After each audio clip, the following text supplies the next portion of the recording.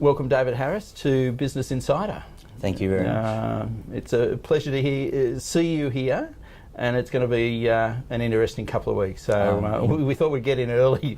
Enjoy the invitation. we should take a pic now. You're relaxed, and now we'll very check relaxed. In a couple very of weeks. Relaxed. Okay. It is about looking at strategies. I'm, ex-senior headmaster and commentator and advisor in the education area, and deciding it's time to get into politics. Tell us the strategy there, David. What were you thinking? Okay, I've been in education for 20 years. I'd been a principal for 14 years. And as a principal of a school, you become part of the community. So it's not just the role in the school, it's the role that you play with the community. So I'm the sort of person who gets my hands dirty, I roll up my sleeves, and I spend a lot of time, not just during school time, but also in the activities of the community. So you start to see the strengths and weaknesses around you. And I've worked at schools across the Central Coast, from the very disadvantaged to some that are quite good and high performing. And I could see there's inequities across the system that need to be addressed. So politics I saw as an extension. I was looking at my career saying I'd just turned 40. What was I going to do for the next 25 years until I retired? I'd already been a principal for 14 years. So this opportunity came along to come into politics. And as it's panned out, I'm now the Parliamentary Secretary for Education New South Wales. And so I've been able to directly influence a lot of the policy in that area. So I'm very pleased with the decision I made. And I think the work that I've been able to do with the community in schools is what I've done in this job, rolling up my sleeves and actually getting my hands dirty. Sometimes the politicians talk a lot. I actually get in and work with the bureaucrats on solutions. Excellent. Okay. On that, is there one activity, one strategy that you look back on and say, yeah, that was cool, 3 years, I have moved this area, it can be in education or whichever, or your electorate, is there something you kind of say, yeah, that's cool? So the first thing I had, I promised during the election campaign in 2007 was to have trade schools set up on the Central Coast. Trade schools were a new concept where students would do their HSC 3 days a week. They'd do 1 day at TAFE and 1 day in employment. So they'd actually be doing their certificate 2 or 3 whilst they were in year 11 and 12. What we've seen from that program is the kids who've enrolled in that course, and a couple of courses, there's aged care nursing, electrotechnology, I think they've actually expanded them now, have actually gone on and won awards and won employment. And now we're expanding across the coast a series of trade training centres so that the kids are getting the job skills they need and their HSC before they leave school. And I think for the Central Coast, which has high youth unemployment, that's absolutely essential. So something I'm proud of and something that's actually happening and working. Great achievement. Is there something you look back and say, wow, that really slipped through my hands, or you'd say you'd handle something a bit differently? Is there something there in your mind? There's always a lot of things in that area. It shouldn't be painful, I don't know, but no, it's recognising. I think one of the key issues is in terms of providing infrastructure. You'd like to have everything built yesterday. We've been pretty successful in getting increase in money for the Central Coast, but there's a whole lot more that needs to be done, not just to catch up to where we should be, but actually to keep up with the growth that's going to happen. So I think in some ways I think I've been successful. In other ways I think I could have been a lot more successful in getting some of those projects up earlier, but there's one bucket of money and we're all fighting for it, so that's just reality. And there's one massive project, the Warnervale Town Centre.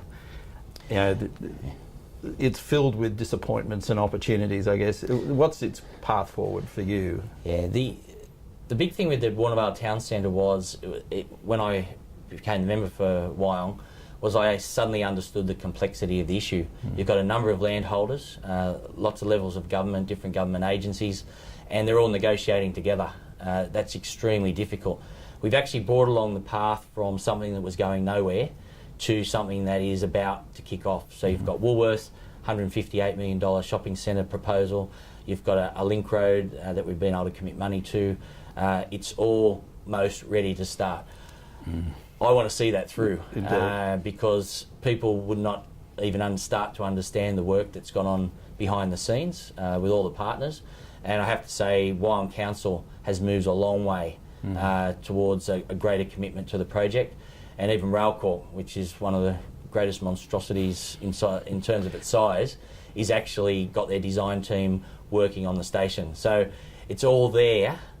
My disappointment is that it could have started 1 or 2 years ago, but you have to work out the details, and it's people putting their hand in their pocket. They have to get a return, and the economic climate with the global financial crisis meant that was all put on hold, and now we're moving the next phase. So we should see work soon, but yes, I would have liked to have been able to go and say work's actually started. Okay. We'll get through March. You'll still be the member for Wyong. What's the next 12 months hold? Where will you focus? Let's consider you may lose government. Right.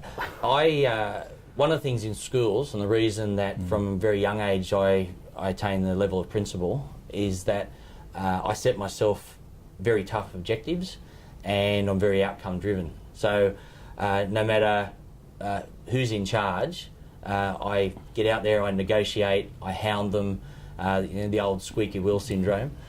So if I'm re-elected in March, and if the government changes, then I don't see that being any different. In that school situation, the answer is always no when you ask something. But you go back and you go back and you go back, and eventually the answer becomes maybe, and then it becomes yes.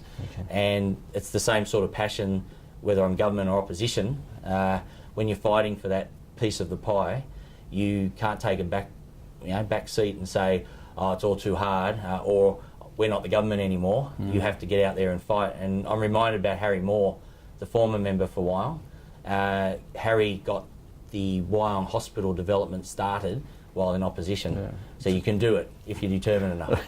Persistence and determination. That's exactly right. In all of that, we have this area that we talk about, work-life balance. How do you manage that? Is that part of your setting goals, or what do you do? Yeah, it's incredibly difficult in a job where you work 7 days a week, and you work hours that can range from 6 o'clock in the morning through till midnight, and every day is different. You don't know. What I've done is I use the principles of Stephen Covey and the 7 Habits. I was actually a facilitator for that. All right. And I'm always reminding myself about the big rocks, what's the most important. At the end of the day, it doesn't matter what your job is, the main big rock is your family. You have to make time. So what I've done is a balance between making sure I set time apart for family, and also making sure that if there's an opportunity in my job, to take my family with me. So they come along to certain events, and I do make sure that whether it's a half a day, a morning, I do try to take maybe 2 days off in a row every now and again, that's just family time. A question off the books. They must be incredibly, I know your family, they are incredibly grounding for you. What's their latest read? What's their advice right now? My wife particularly is very resilient. She's an assistant principal, so she's a very busy person as well. And basically, they're very supportive. I couldn't do it without their support. They encourage me, and they're very proud of me. And that helps, because in the tough times, when you go home, if you haven't got that level of support, and we've just seen the Tasmanian Premier resign for family reasons, if that level of support's not there, it doesn't work. You can't do it. So my wife is incredibly supportive. She, our 11, 12 o'clock at night conferences where we hear about each other's days are very important, the debriefing for both of us. It's where we actually touch base, get back to the reality of normal life. Cool. And we set that aside a time, no matter how tired we are, we always have those conversations. Okay. I'm very sensitive about asking a politician this, but you're not a normal politician. This is your 60-second rant. Back in the old days, they used to have the soapboxes in the Domain. This is your soapbox, 60 seconds. What gets under David Harris's skin? You know, what really irritates? Yeah. I think, particularly, it started when I was a principal, but it's been reinforced in this job, is people's general lack of understanding about their own community, that there's an expectation that's out there publicly, whether it's through the media, and often built up far too high by the media, about what can actually be achieved. And there's a lot of people in the community, volunteers, community workers, people who work in the emergency services, who get criticised even though they're doing the best job you can humanly do. It's not just about myself, it's about them. And I always remember in the June 2007 floods, where we had a situation of people ringing my office complaining because the SES workers hadn't removed the wood that they'd removed, the trees that had broken their roofs, fallen down their houses, that they'd come and cut it all up and they hadn't taken it away. And I said to them, look, their job is to secure your premises and make it safe, not then for them to be your gardener. And just generally, you hear out there in the community that, you know, whether it's the fireys or the police or whatever, doing a fantastic job, but people criticise them because it doesn't meet their high expectations. And that's really sad, because those people go above and beyond the call of duty. They do the hours voluntarily often. They save people's lives. Yet people want to criticise them sitting back in their comfortable chair from behind their newspaper, you know, passing comment on them. So that would be my rant, is that that's a cool people rant. should just, you know, pay proper respect to the job that people are doing out in the community. And potentially even get involved themselves rather than being spectators and what is it, Monday morning quarterbacks or commentators. Get off your butts and do something. Okay. Yeah. I think. I've got plenty of stories I can tell you. If we go back, I think it was July, the Central Coast Expo. In actual fact, it was a little later than that. But an extraordinary event. You put it together, took us interested and excited companies from the Central Coast down to Parliament House.